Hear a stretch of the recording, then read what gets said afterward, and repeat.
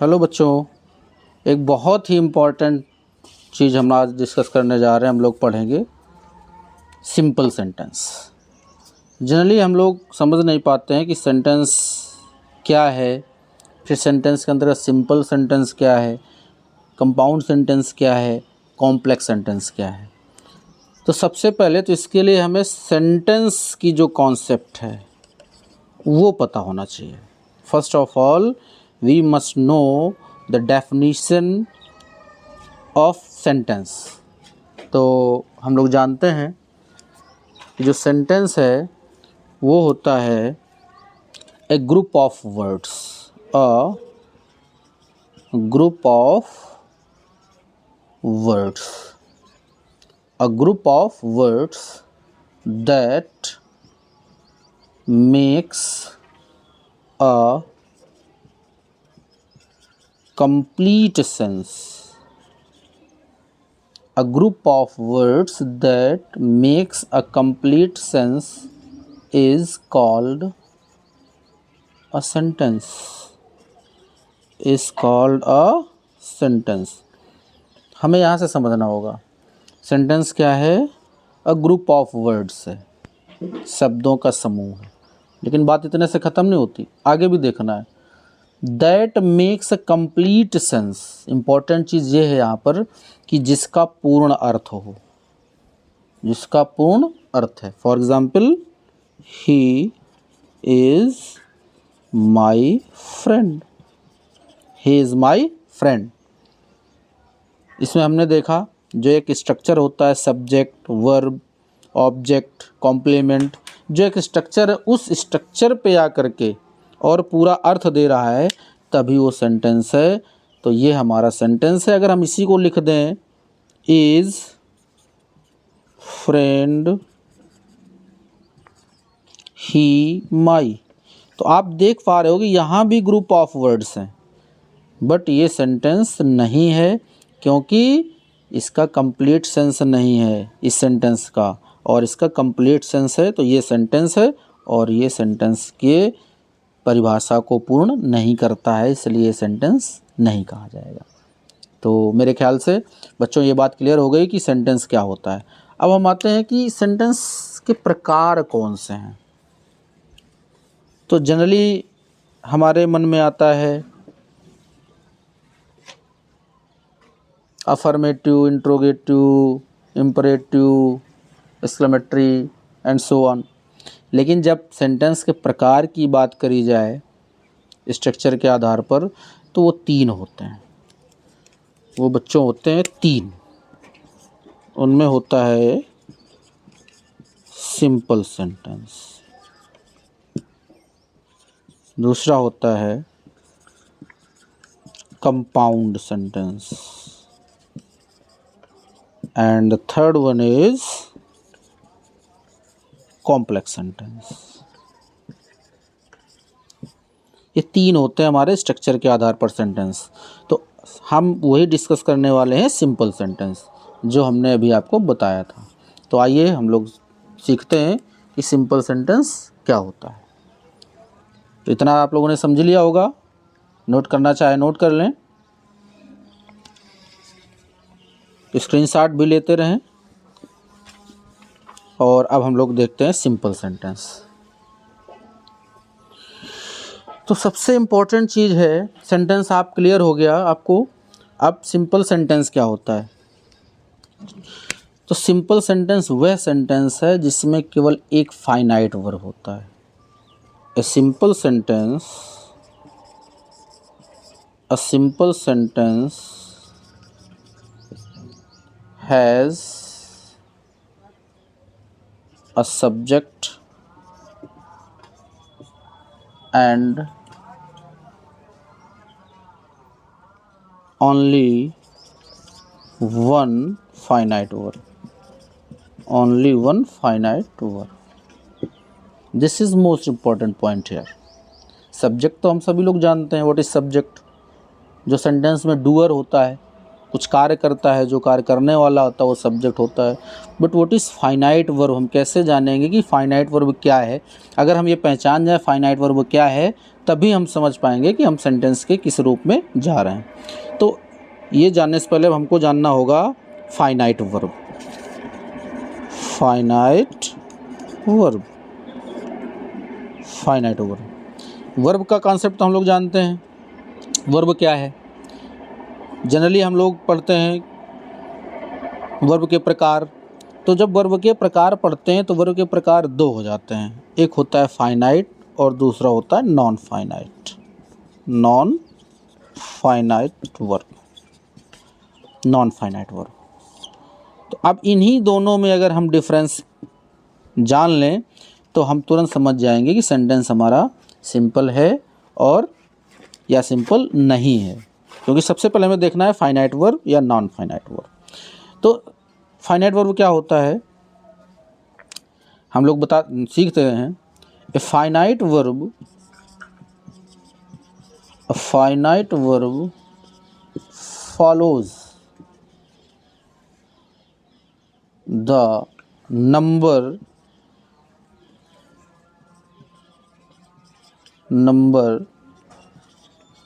person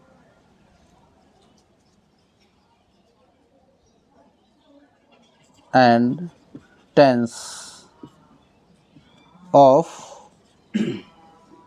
the subject in the sentence। हम लोग देखते हैं फाइनाइट वर्ब वह वर्ब होती है या क्रिया का वह रूप होता है जो वाक्य में दिए गए कर्ता के नंबर, पर्सन और उसके टेंस को फॉलो करे या उसके टेंस के अनुसार आए। या सरल शब्दों में हम ये कह सकते हैं कि क्रिया का वह रूप जो अपने कर्ता के अनुसार आता है। क्रिया का वह रूप जो अपने कर्ता के अनुसार आता है वो फाइनाइट वर्ब होती है। अब कर्ता के अनुसार का मतलब है, जैसे हम लोग पढ़ते हैं कर्ता एक वचन तो क्रिया एक वचन, कर्ता बहुवचन तो क्रिया बहुवचन, या फिर कर्ता ने पास्ट टेंस में कार्य किया है तो उसके अनुसार मुख्य क्रिया का जो फॉर्म होता है वो आएगा। प्रेजेंट टेंस में कार्य करता है तो प्रेजेंट टेंस के अनुसार फॉर्म आएगा। तो इस प्रकार से जब क्रिया अपने कर्ता के अनुसार बदलती रहती है, जो क्रिया या उसी के अनुसार प्रयोग की जाती है, वो क्रिया जो है वो वर्ब जो है फाइनाइट वर्ब होती है। हम लोग जितने भी टेंस पढ़ते हैं उनमें जनरली हम लोगों ने पढ़ा है फाइनाइट वर्ब के रूप में। तो फाइनाइट वर्ब में हमारी आ जाती हैं आपकी मेन वर्ब, जैसे है मेन वर्ब, फिर हेल्पिंग वर्ब्स, मेन वर्ब्स और हेल्पिंग वर्ब्स, ये जनरली हमें फाइनाइट वर्ब में मिल जाती हैं। क्योंकि हेल्पिंग वर्ब भी हमारी जो हैं वो फाइनाइट वर्ब में आती हैं और मेन वर्ब भी हमारी फाइनाइट वर्ब में आती हैं, जो कर्ता की क्रिया के कार्य के क्रिया करने के रूप को दर्शाती हैं। एक सेंटेंस से हम लोग समझते हैं, हम लोग पढ़ते हैं जैसे she has gone to Kanpur. She has gone to Kanpur. अगला सेंटेंस जैसे she has gone to Kanpur to see her sister. अब हम लोग देख पा रहे होंगे कि इस सेंटेंस में सब्जेक्ट सी है और इस सेंटेंस में सब्जेक्ट सी है। यहाँ पर जो वर्ब है वो हैज़ गॉन और यहाँ पर भी हैज़ गॉन, इसमें आगे कोई वर्ब नहीं मिल रही। लेकिन इसमें जब हम आगे पढ़ रहे हैं दूसरे सेंटेंस में तो हमें आगे जा कर के मिले टू सी। मुझे लगता है आप लोग देख पा रहे होंगे कि she has gone to Kanpur only एक सेंटेंस है और दूसरा है she has gone to Kanpur to see her sister. तो हम लोग देख रहे हैं कि इसमें हैज़ गॉन आया है और बाद में भी देखा है कि टू सी आया है, ये भी वर्ब है और ये भी वर्ब है, हेल्पिंग और मेन वर्ब। लेकिन अब हमें यहीं से डिफरेंस पता चल जाएगा कि फाइनाइट वर्ब कौन सी है। तो बच्चों आप लोग इतना तो समझ ही गए होंगे कि हैज़ लगा है तो कौन सा टेंस हो गया, सभी लोगों को पता है हैज़ हैव क्रिया जो होती है वो प्रेजेंट परफेक्ट की होती है, और हमेशा परफेक्ट टेंस में मेन वर्ब की थर्ड फॉर्म होती है जिसको हम पास्ट पार्टिसिपल फॉर्म कहते हैं। याद रखिएगा, पास्ट पार्टिसिपल फॉर्म वो होती है जिससे हम लोग वर्ब की थर्ड फॉर्म कहते हैं। तो थर्ड फॉर्म तो हम उसके जो एक प्रयोग होता है तीसरे नंबर पे आ रही तो थर्ड फॉर्म कह दिए, लेकिन उसका जो एक्चुअल जब नाम है लेंगे, नाम लिखेंगे या बोलेंगे तो होती पास्ट पार्टिसिपल फॉर्म। तो हमने हैज़ का प्रयोग किया और पास्ट पार्टिसिपल फॉर्म लगा दी उसकी।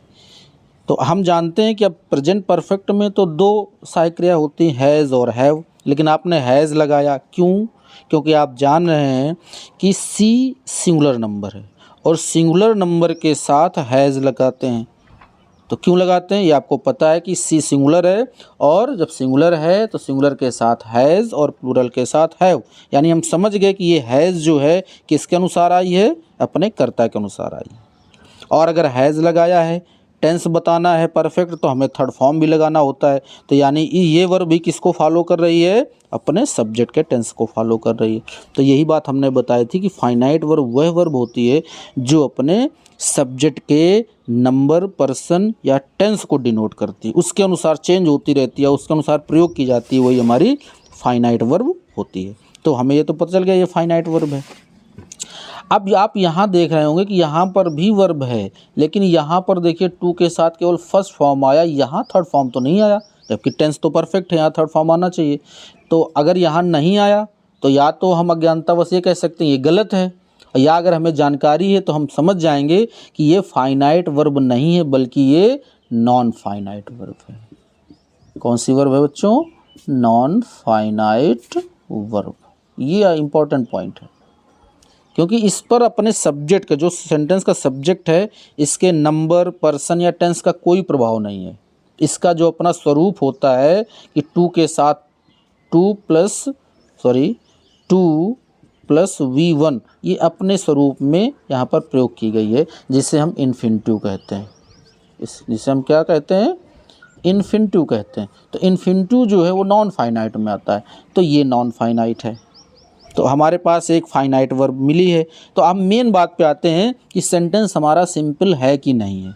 तो हम फिर से अपने डेफिनेशन में जाते हैं। A simple sentence has a subject and only one finite verb, यानी वर्ब कितनी भी हो हमारे सेंटेंस में, लेकिन फाइनाइट वर्ब कितनी होनी चाहिए? Only one. तो हमने देखा कि इसमें तो एक ही वर्ब है, वही फाइनाइट वर्ब है, तो ये तो सिंपल सेंटेंस है। कैसा सेंटेंस हो गया बच्चों? ये सिंपल सेंटेंस हो गया, ठीक है। और नीचे वाले में जाते हैं। इसमें देखो जो एक भ्रम की स्थिति बन सकती थी उसको मैंने क्लियर किया। हैज़ गॉन भी मैंने लिखा और इधर टू सी लिखा। तो आप देख सकते हो कि हैज़ गॉन जो है वो सब्जेक्ट के अनुसार है अपने, और टू सी उस पर कोई प्रभाव नहीं, वो नॉन फाइनाइट है। तो जो वर्ब कितनी भी हो लेकिन वो फाइनाइट नहीं होनी चाहिए, वो नॉन फाइनाइट है। तो फाइनाइट जो हमारे पास केवल एक है, कितनी है फाइनाइट वर्ब? केवल एक। तो जब केवल एक ही फाइनाइट वर्ब है तो ये सेंटेंस भी हमारा कैसा हो जाएगा? Simple sentence. ये बहुत इंपॉर्टेंट चीज़ है। और एग्जांपल लेकर के बच्चों हम लोग देखते हैं तो आप लोग समझ पा रहे होंगे कि फाइनाइट वर्ब क्या होती है। बहुत सरल शब्दों में आपको ध्यान रखना है, क्रिया का वह रूप जो अपने सब्जेक्ट के नंबर, पर्सन या कार्य करने के समय के अनुसार परिवर्तित होती रहती है, वही फाइनाइट वर्ब होती है। और जैसे देखते हैं हम, बहुत सिंपल हम पढ़ते हैं प्रेजेंट डेफिनिट टेंस। जैसे आप पढ़ते हो, जो हम लोग जनरली पढ़ाते हैं कि सब्जेक्ट एक वचनकर्ता के साथ SEIS, बहुवचन सब्जेक्ट के साथ वर्ब की केवल फर्स्ट फॉर्म। तो वो क्यों? वो यही नियम है, क्योंकि हमेशा जो फाइनाइट, जब भी हम वर्ब का कॉन्सेप्ट लेंगे तो जनरली हम ये मान के चलते हैं कि हम फाइनाइट वर्ब की बात कर रहे हैं। तो इसीलिए हम पढ़ते हैं Ram goes to school daily. Ram goes to school daily. जबकि दूसरी जगह बोलते हैं कि they go to school daily.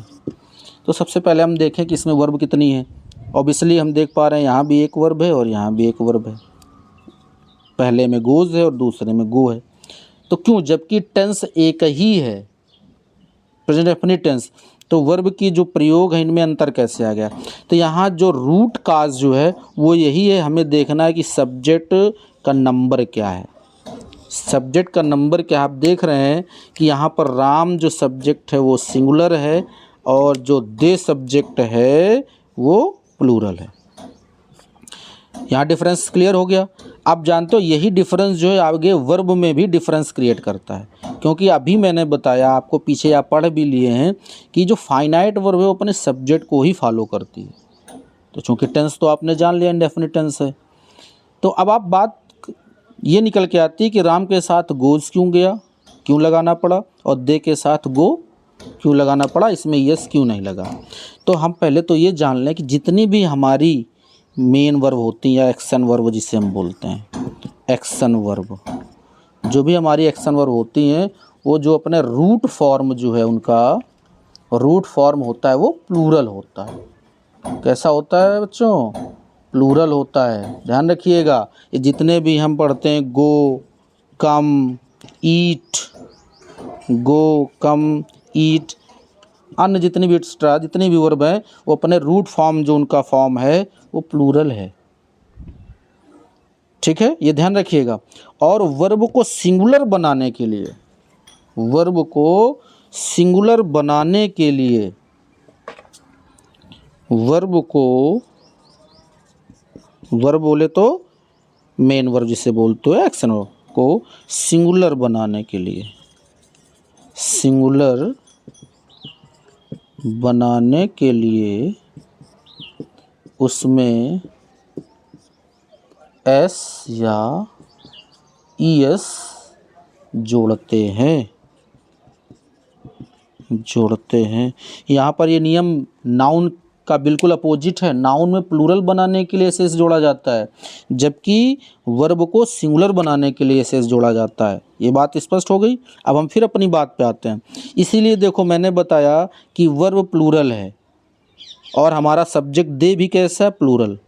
तो और हमने पढ़ा है कि जो भी फाइनाइट वर्ब होगी वो कर्ता को फॉलो करेगी, यानी कर्ता प्लूरल यानी बहुवचन, तो वर्ब भी बहुवचन। और मैंने बता रखा है कि वर्ब का जो रूट फॉर्म होता है वो बहुवचन होता है। तो ये भी अगर प्लूरल हो गया तो वर्ब भी प्लूरल, यानी हमारा ये जो कंकॉर्ड है, जो हार्मनी है, जो तालमेल है वो समान है, यानी सेंटेंस इसीलिए यहाँ पर गो आता है। ऊपर वाले में अगर हम राम के साथ गो कर देंगे तो गड़बड़ हो जाएगी, तब गलत हो जाएगा, क्योंकि राम तो हमारा सिंगुलर है। और अगर हम केवल गो करते हैं तो ये प्लूरल हो जाएगा। तो सिंगुलर और प्लूरल का तो प्लेयर नहीं बनना है, जो ग्रामर का हमारा रूल है।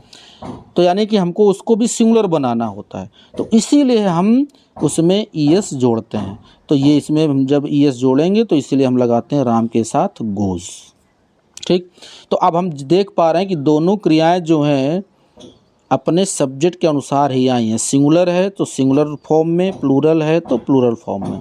तो जो भी जब क्रिया अपने सब्जेक्ट के अनुसार आती है तो वो क्रिया हमारी हो जाती है फाइनाइट वर्ब। कैसे हो जाती है बच्चों, finite verb.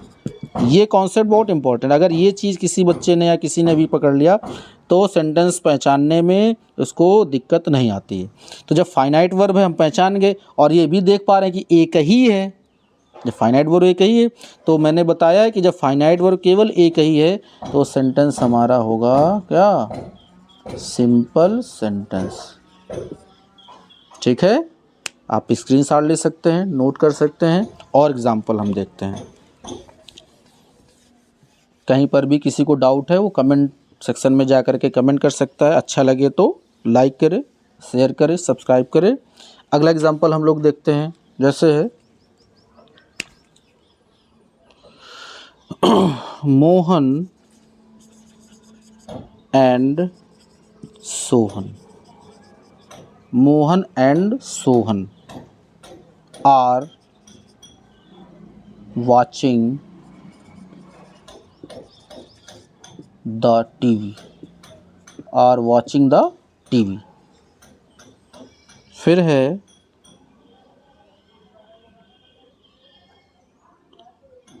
They have been watching